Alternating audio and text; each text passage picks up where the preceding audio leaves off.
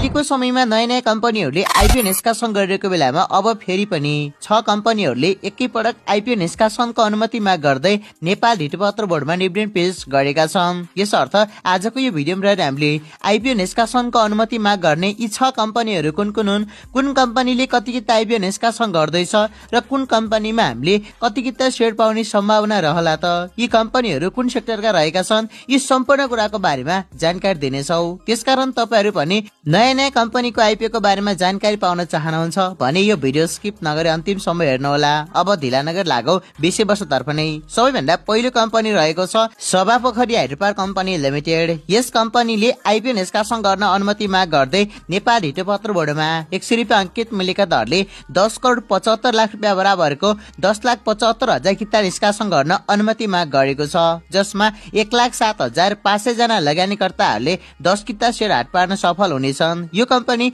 Hydropower सेक्टरको company रहेको छ र कम्पनीको आइपिओ निष्कासन तथा बिक्री प्रणालीमा आरबीबी मर्चेन्ट ब्याङ्किङ लिमिटेड रहेको छ। कम्पनीले पहिलो चरणमा आयोजना प्रभावित स्थानीय बासिन्दा र वैदेशिकमा आइपिओ निष्कासन गरी बाँडफाँड गरेर बाँकी रहेको सेयरमा केही प्रतिशत म्युचुअल फन्डलाई र केही प्रतिशत कम्पनीका कर्मचारीहरूलाई छुट्याएर अन्तिम चरणको सबै सेयर सर्वसाधारण लगानीकर्ताहरूमा निष्कासन गर्नेछ।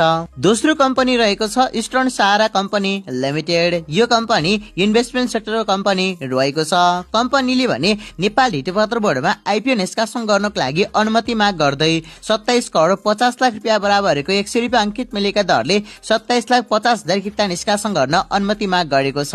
यस कम्पनीमा करिब 2,75,000 जना लगानीकर्ताहरूले 10 किताको दरले सेयर हात पार्न सफल हुनेछन्। इन्भेस्टमेन्ट सेक्टरको यस कम्पनीको आइपिओ निष्कासन तथा बिक्री प्रणालीमा ग्लोबल आइमी क्यापिटल लिमिटेड रहेको छ र कम्पनीले पहिलो चरणमा वैदेशिक रोजगारमा रहेका नेपाली नागरिकहरूमा आइपिओ निष्कासन गरी बाँडफाँड गरेर बाँकी रहेको सेयरमा केही प्रतिशत म्युचुअल फन्डलाई र केही प्रतिशत कम्पनीका कर्मचारीहरूलाई छुट्याएर अन्तिम चरणको सेयर सर्वसाधारण लगानीकर्ताहरूमा निष्कासन गर्नेछ।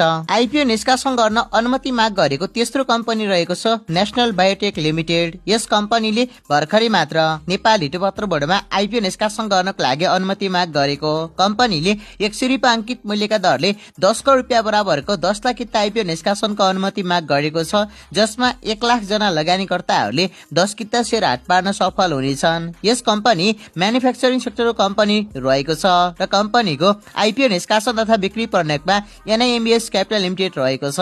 यस कम्पनीले पहिलो चरणमा वैदेशिक रोजगारमा रहेका नेपाली नागरिकहरूमा आइपिओ निष्कासन गरी बाँडफाँड गरेर बाँकी रहेको सेयरमा केही प्रतिशत म्युचुअल फन्डलाई र केही प्रतिशत कम्पनीका कर्मचारीहरूलाई छुट्याएर अन्तिम चरणको सेयर जेनरल पब्लिकमा निष्कासन गर्नेछ। चौथो कम्पनी रहेको छ एसएलएफ इन्टरनेशनल लिमिटेड। यो कम्पनी नेपाल धितोपत्र बोर्डमा आइपिओ निष्कासन गर्न अनुमति माग गर्दै 27 करोड 50 लाख रुपैयाँ बराबरको 10,75,000 किता निष्कासन गर्न अनुमति माग गरेको छ।